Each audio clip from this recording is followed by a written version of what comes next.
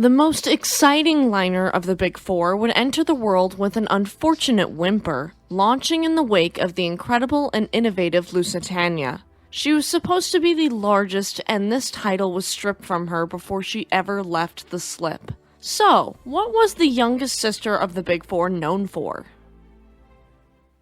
Welcome to Shipwreck Sunday. My name is Eleanor. Just a quick disclaimer for a younger audience before we dive in. This story may be disturbing to some, so viewer discretion is advised. Okay everyone, let's get into it. This is our last episode celebrating the Big Four class of ocean liners, ending with the baby of the family, RMS Adriatic. RMS Adriatic was the fourth ship in the Big Four, thus the biggest and most luxurious of all. She was laid down in December of 1903 in Harland & Wolff's Belfast shipyard as yard number 358. However, it would take 4 long years in order to complete her, which is a significant delay. This can be explained by the fact that the shipyard was building the America for the Hamburg America line at the same time, with a similar profile. Harland & Wolff built Adriatic on slipway number 3 of its North Yard in Belfast, Northern Ireland. Because White Star Line was so proud of consistently having the largest ship in the world, they asked Harland & Wolff to enlarge Baltic during her construction, and in the case of Adriatic, they decided to do something similar. However, Baltic was pretty slow because of her large size, but Adriatic was equipped with better equipment, so she'd have better speeds even despite her gargantuan size. She was named for the Adriatic Sea, and she was the second ship of the White Star Line to be named Adriatic. The first was of the Oceanic-class ships in the 1870s, which were the first ships built for the line after Thomas Ismay acquired the company. Before we get too much further into her story, let's look at her specs. RMS Adriatic was a Big Four ocean liner with her tonnages sitting at 24,541 gross register tons and 15,638 net register tons. She was 729 feet long, had a beam of 75.6 feet wide, and a depth of 52.6 feet deep, spanning 4 continuous decks. She would unfortunately not be the largest ship in the world upon launch like her sisters, being the only ship of her class to not possess this title. That title would go to RMS Lusitania. She still kept the same iconic look as her sisters, with her red keel, black hull, white superstructure, and 2 buff and black tipped funnels. She also had 4 masts, with the first serving as a support for the lookout's nest, and the other serving as support for the cables of wireless telegraphy. As for her identification, her UK official number was 1294061, her code letters were HKNW, and her call sign was GLSJ. She was also equipped with 20 lifeboats upon launch and was served by 557 crew on average. Looking at propulsion, she was propelled by quadruple expansion steam engines capable of producing 1,720 nominal horsepower, which turned 2 screws at an average speed of 17 knots. Her speed was higher than that of her sisters, however it was much slower than most of the fastest liners on the route. Normally, she consumed 260 metric tons of coal per day. Interestingly enough, 51,120 cubic feet of her cargo holds were refrigerated. Adriatic stood out from her sisters in her luxurious accommodations. She was much more luxurious than the other 3, though she still had the swank dining room topped with a glass roof, the smoking room filled with stained glass windows, and the lounges shared with the other sister ships, including the reading and writing rooms. However, the front part of her enclosed promenade deck got windows in 1911. She stood out since she had a gymnasium, Victorian-style Turkish baths, and an indoor swimming pool, making her the epitome of luxury. Looking at capacity, at the beginning of her career, she could carry 2,825 passengers, breaking down into 425 first class, 500 second class, and 1,900 third class. From 1919, she was redesigned to carry 400 first class, 465 second class, and 1,300 third class. Finally, in 1928, she was refitted and her capacities were transformed to carry 506 cabin class, 560 tourist class, and 404 third class passengers. She was enormous and luxurious. But unfortunately, she was not the largest in the world. If you're enjoying this video, leave me a like, subscribe to the channel for more content, and let me know down in the comment section below. Okay, let's get into her career.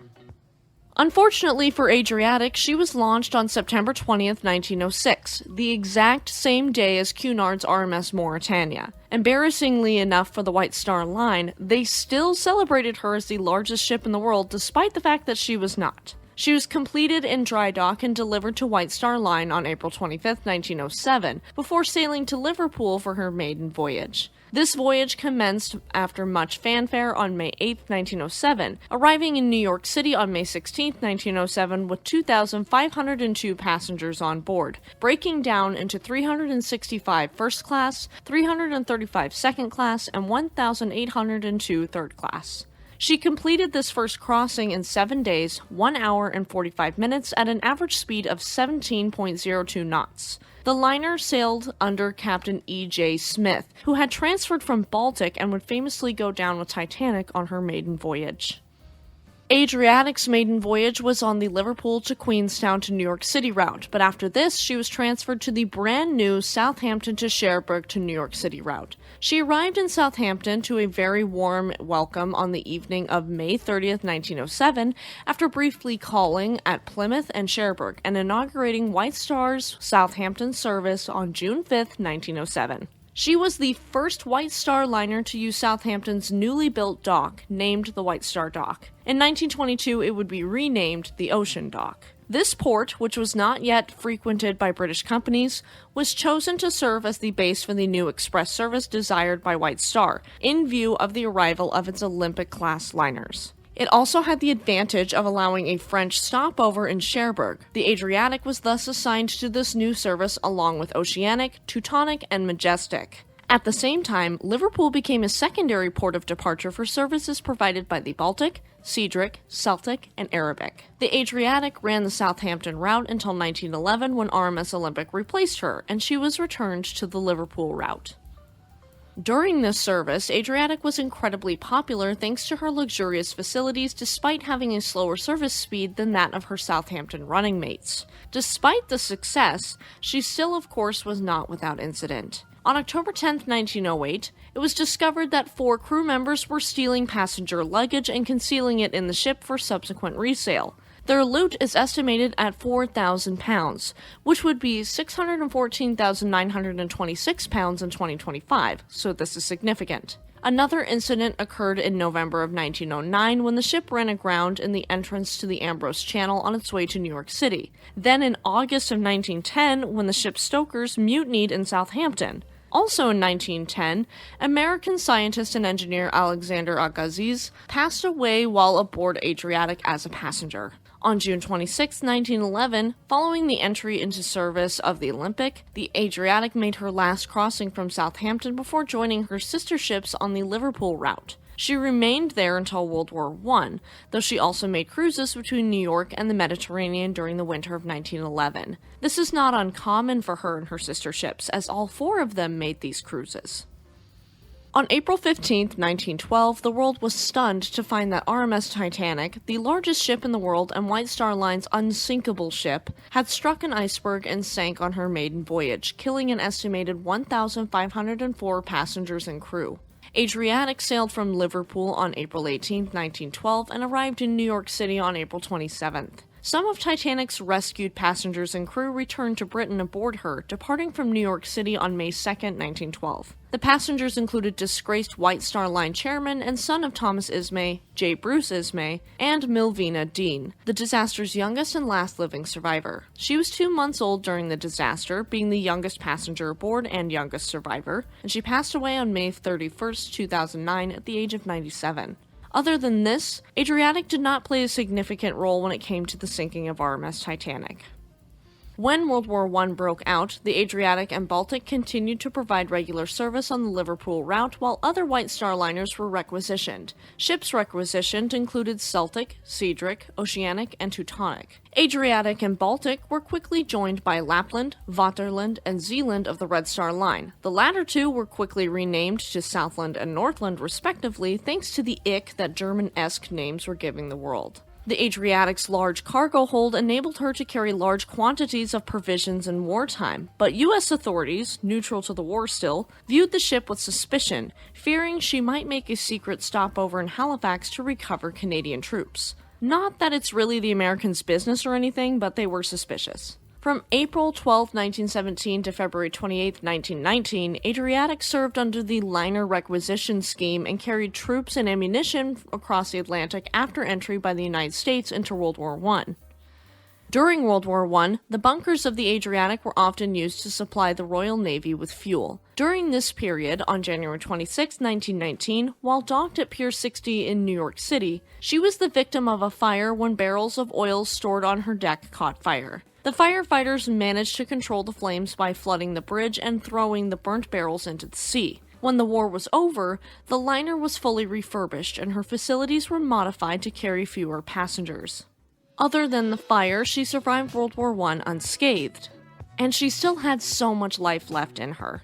Thank you so much to our amazing YouTube members and patrons. If you'd like to have some awesome perks like episodes a full day in advance, join our YouTube memberships today. Alright, let's get into the end of her career.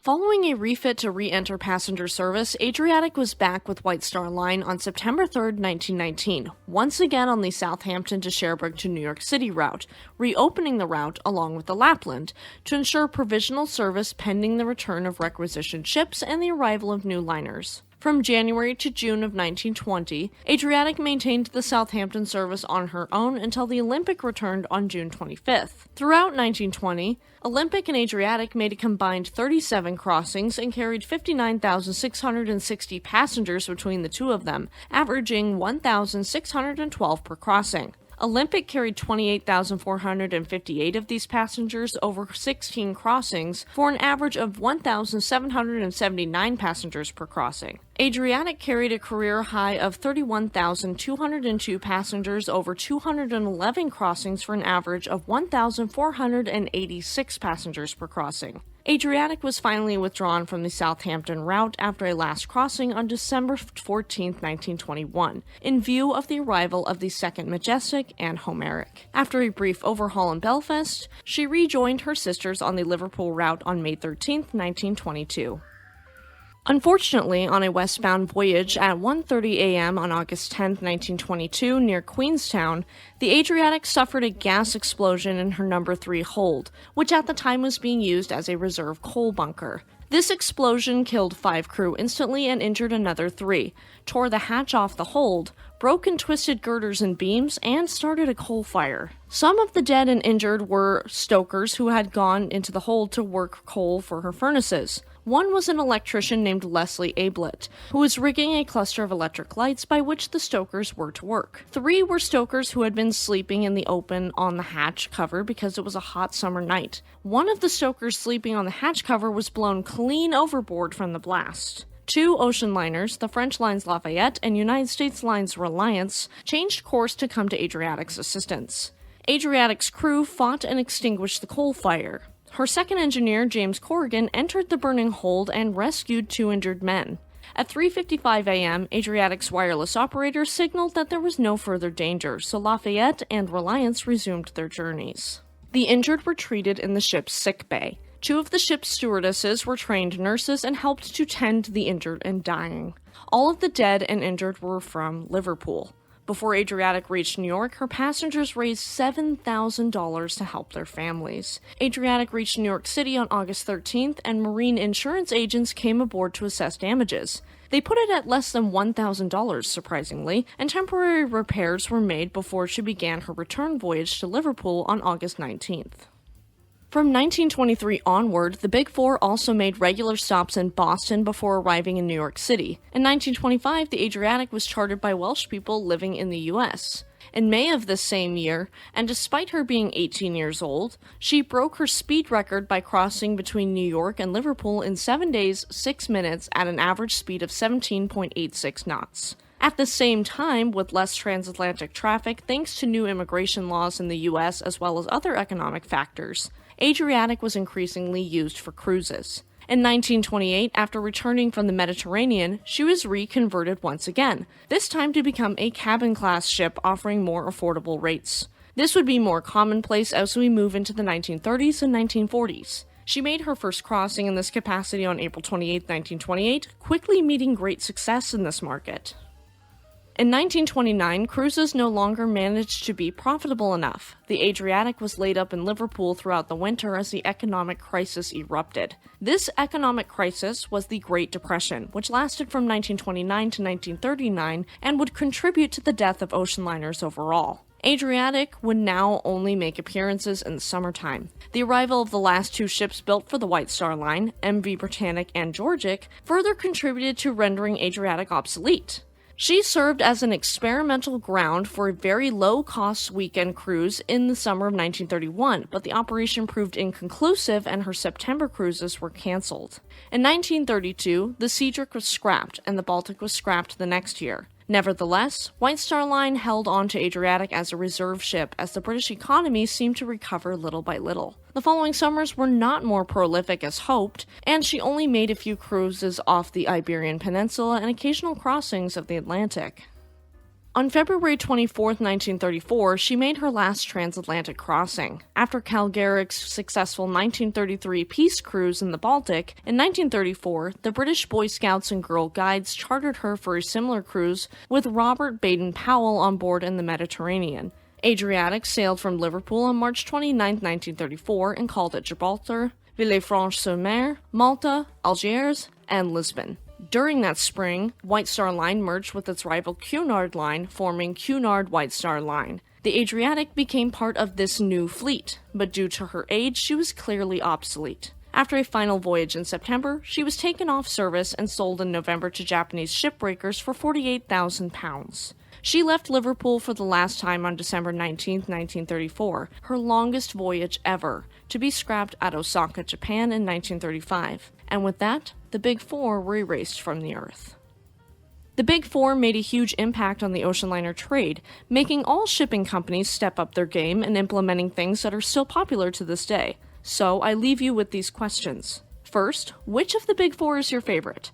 And second, which ship do you think was the most influential out of the four? Let me know in the comments section below. After a massive earthquake shook Japan, a battleship approached loaded to the brim with supplies, and those willing to help the survivors stood at the ready on the decks of the massive ship. Here, she was a beacon of hope, though in World War II, she'd be a cog in an imperialistic machine, meeting a dark end. On next week's episode of Shipwreck Sunday, we get into the story of Hyuga.